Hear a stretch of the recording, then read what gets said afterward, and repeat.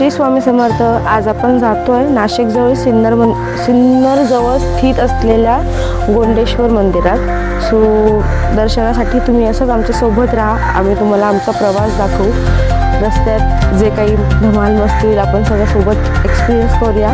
तर चला आपण पण जाऊयात आपल्या वाटचालीस.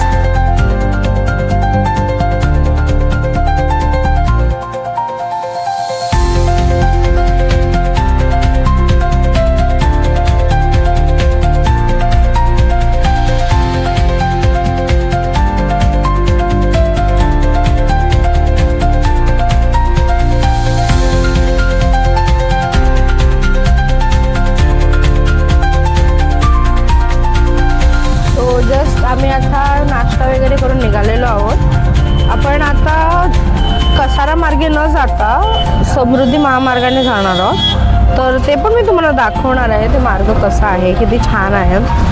आपण जुन्या मार्गाने न जाता त्या मार्गाने जातोय, कारण जुन्या मार्गाने जायला काही नाही आहे, पण तो रस्ता थोडासा खराब आहे. प्लस ट्रॅफिक लागू शकतं आपल्याला इथून आपलं जे लोकेशन आहे सिन्नर ते 3 तासावरती वगैरे असं दाखवतंय. पण जर इन केस जर ट्रॅफिक लागलं, कुठली गाड्यांमुळे अडचण झाली तर मग इश्यू होऊ शकतो. आपल्याला अजून 4 तास लागू शकतात. म्हणून मग आम्ही असं ठरवलं आहे की आता आपण समृद्धी महामार्गाने जायचं आहे आणि मी तुम्हाला दाखवणार आहे समृद्धी महामार्ग कसा आहे. तुम्ही त्याने जात असाल ना तर तुमचा वेळ वाचेल. तो इगतपुरीवरनं कनेक्ट होतो, राईट? इगतपुरीवरनं चालू होतो ना तो? कुठून चालू होतो तो? पडगाववरनं चालू होतो तो. नागपूर कनेक्टेड आहे त्याला. मस्त मार्ग आहे, छान मार्ग आहे. मी तुम्हाला दाखवेन. तुम्ही माझ्यासोबत कसे जोडून राहा आणि बघत राहा आमच्यासोबत आमचा प्रवास.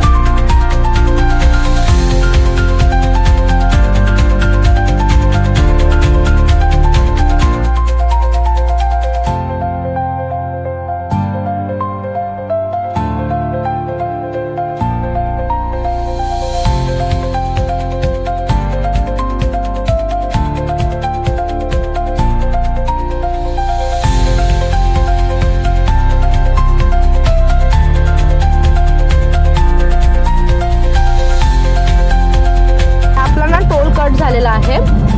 आपण जस्ट टोल पास केला आता. तर इकडे समृद्धी महामार्गावरती कसं आहे माहिती आहे का, तुम्ही जिथे जाताय ना तितकेच तुमचा टोल पडतो. म्हणजे जर बाकीच्या टोल हायवेवरती बघितलं तुम्ही, जर समजा आता तुम्ही पुण्याचा हायवेचा जो टोल आहे तो पकडा, त्याच्या आधी जर पुण्याच्या आधी कुठे तुमचं डेस्टिनेशन आहे आणि तुम्ही तिकडे थांबताय तर तुमचा टोल तेवढाच कट होणार जितका पुण्याला लागतो. आणि इथे आपला मार्ग आहे तिथे कसं आहे, जर तुम्ही सिन्नरला उतरताय तर सिन्नरपर्यंत तुमचा जो किलोमीटर होतोय त्याच्यात जितका टोल बसतो तेवढेच तुमचे पैसे कट होणार. जर समजा तुम्ही छत्रपती संभाजी महाराजांच्या नगरात उतरताय तर तिथपर्यंत जो टोल होतो ना तेवढाच कट होणार. असं नाही की तुम्हाला पूर्ण रस्त्याचाच टोल भरायचा आहे. पूर्ण नागपूरपर्यंतचा जो टोल लागतो तो तुम्हाला नाही भरायचा. तुमचं जो डेस्टिनेशन आहे जिकडे तुम्ही उतरताय जितके किलोमीटर्स होतात तेवढाच तुम्हाला टोल भरायचा आहे. आणि हे फेअर इनफ आहे ना आपल्यासाठी. सो हा रस्ता मला तरी चांगला वाटतोय. व्ह्यू पण छान आहे, रस्ता पण खूप छान आहे, मस्त स्मूथ जाते गाडी. सो मला तरी हा बेटर वाटतो त्या जुन्या रस्त्यापेक्षा.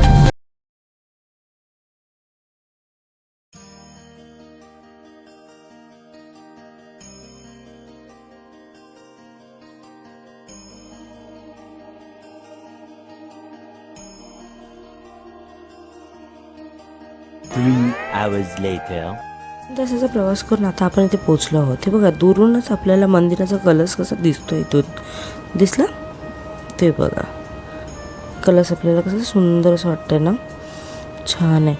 आणि हे काका पण तिथेच जातात, तर आपण पण त्यांच्या मागे मागे मागे मागे तिथे जाऊया आणि दर्शन घेऊया. हा बघा गेट बांधताय तिथे आता ही लोक.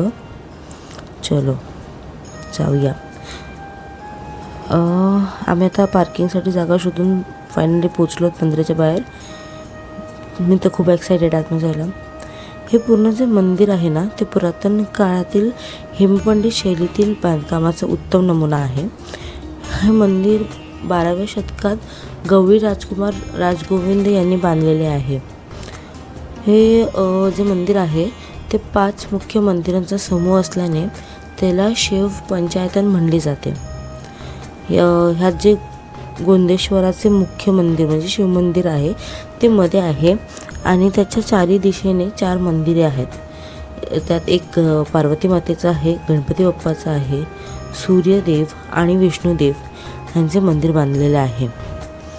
पूर्ण जे मंदिर आहे दगडांनी बनले आणि दगडांवरती रामायणातले काही दृश्य आहेत, अप्सरांचे मूर्त्या आहेत, अन्य देवी देवतांची मूर्त्या असे कोरले गेलेले आहेत. आणि मुख्य 2 इकडे ज्या अशा आकर्षित करणाऱ्या गोष्टी ज्या आहेत ना ते म्हणजे आपले जे नंदी महाराज आहेत ना ते शिवलिंगाच्या समोर नसून त्यांचं एक वेगळं स्थान त्यांना करून दिलेलं आहे. बाहेर असे त्यांचे एक मंदिर बांधून दिलेले आहे. आणि दुसरी म्हणजे एक जागा आहे ती मी तुम्हाला या व्हिडिओत दाखवेन. त्याला स्वर्गाचं दार असंही म्हणतात. तर माझ्यासोबत तो स्वर्गाचा दार बघण्यासाठी तुम्ही तितकेच उत्सुक असाल तर या दाखवते तुम्हाला पण स्वर्गाचं दार. हे आहे ते स्वर्गाचं दार ज्याच्याबद्दल मी तुम्हाला मगाशी सांगितलं.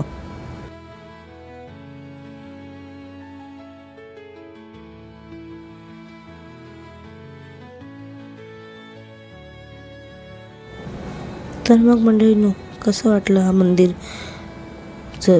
येऊन ह्या मंदिराचं दर्शन घेऊन मला नक्की सांगा. आणि आता आपण दोघे मिळून हे स्वर्गाच्या दाराची जे लोकेशन आहे त्याचा आनंद घेऊया.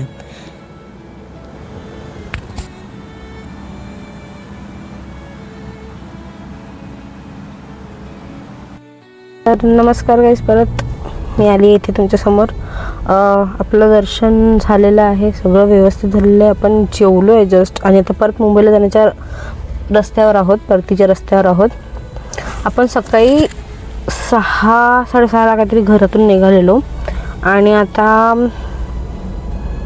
4 वाजलेत आणि आपण आता 4 वाजता इथून निघणार आहोत. 4 ॲक्च्युली वाजले नसते पण आमची EV गाडी आहे आणि EV गाडीचं चार्जर आम्हाला कुठेच भेटत नव्हता. सो फायनली भेटला आहे चार्जर, चार्जिंग होतं आहे गाडी. थोड्या वेळात मग आपण निघू परत. पूर्ण व्हिडिओ बघा, तुम्हाला व्हिडिओ कशी वाटते ते कमेंटमध्ये नक्की कळवा.